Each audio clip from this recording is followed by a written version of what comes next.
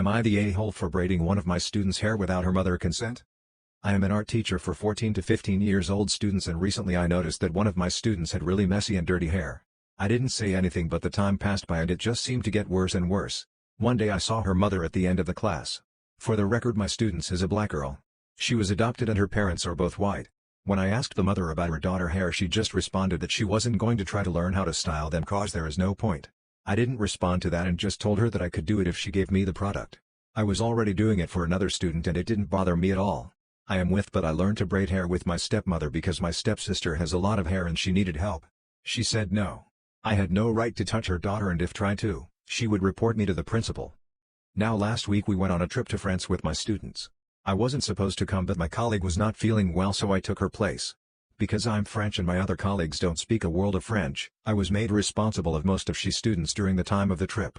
At the hotel, my students, let's call her Tessa, saw me braiding her friend's hair and asked me if I could do the same with her. I remembered what her mother said, but she seemed really embarrassed, and I noticed some students making fun of her because of her hairstyle. So I did it anyway. She was really happy and told me that her mother was always straightening her hair. One day she had enough and asked her for braids instead. She said it was not a white hairstyle and left her with messy hair. When we got back, her mother actually reported me to the principal and even threatened to sue me. Am I the a-hole for pointing out that my mom doesn't have custody of us while sitting at the Thanksgiving table? Title makes me sound like I ruined the day on purpose, but I promise I didn't. I just didn't know how else to put it, I guess.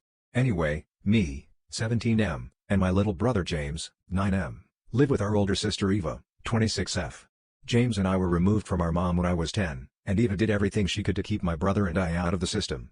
I think it was because she was worried we'd be separated, and I know she was in foster care for a little bit when she was younger too, so I guess that was another reason she didn't want us to go in. She has guardianship of us now and the adoption process is already going through. So today we were having a family dinner at a relative's house, and some people from our mom's side of the family, aunt, uncles, cousins, etc., were there with us. My aunt ended up making kind of a big deal out of the fact that Eva had me and James help with some of the prep for dinner. She ended up saying something like, "You shouldn't be bossing them around. They're not your kids and you're not their mother." Before anyone could respond, I said, "Well, we haven't been your sister's kids for like 7 years now, so who do you think was doing her job instead?" My aunt got mad and then eventually everyone was arguing. So dinner was ruined. A few of my cousins even texted me afterwards and said so, and pretty much everyone ended up going home. Eva told me that it's not my responsibility to defend her. Then she said she was sorry for the situation with her aunt. I feel bad because I made Eva feel bad, and because according to most of our family, I ruined the occasion with what I said. They think that it wasn't the place or time for me to bring up my mother's situation, even if it was just in response to what my aunt was saying. I didn't mean to ruin dinner or anything. But if I was out of line, then I'll apologize. I'm just posting because I want to get some unbiased perspectives from other people. Am I the a-hole for leaving class after my teacher wouldn't drop a topic I had asked her to drop? My 16F school has 2 blood drives each year. Only those 16 and up can give blood. The day before the drive, students go class to ask who wants to participate that can. They came into my class and asked. All but 3 students raised their hands, me and 2 others. The teacher, who is big on giving to those in need, started asking us why we didn't raise out hands.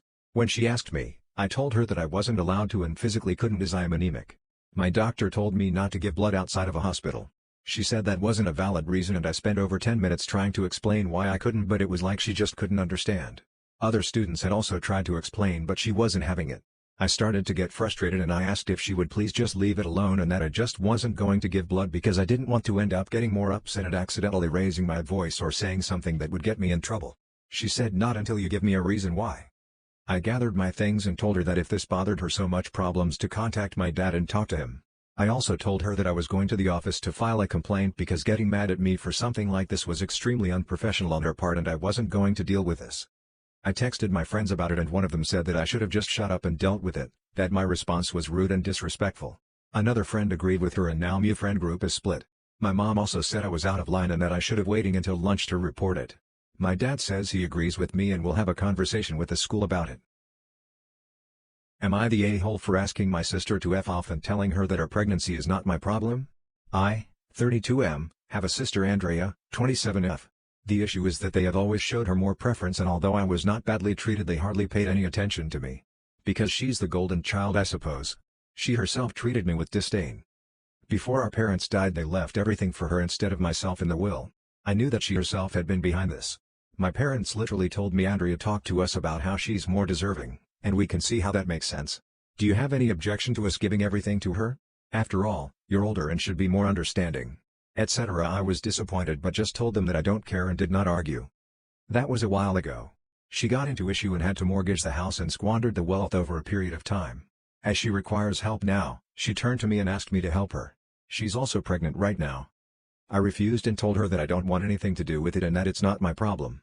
But she pleaded and cried so much that I felt bad, but I told her that she's got to reap what she's sown and that it's just karma getting back to her. In the end she told me I know how to tarnish your reputation by using this very pregnancy. In the end I asked her to fuck off and kicked her out of my house. She had shown up there to ask for help. I wonder whether I did anything, well, wrong as she's my sister after all.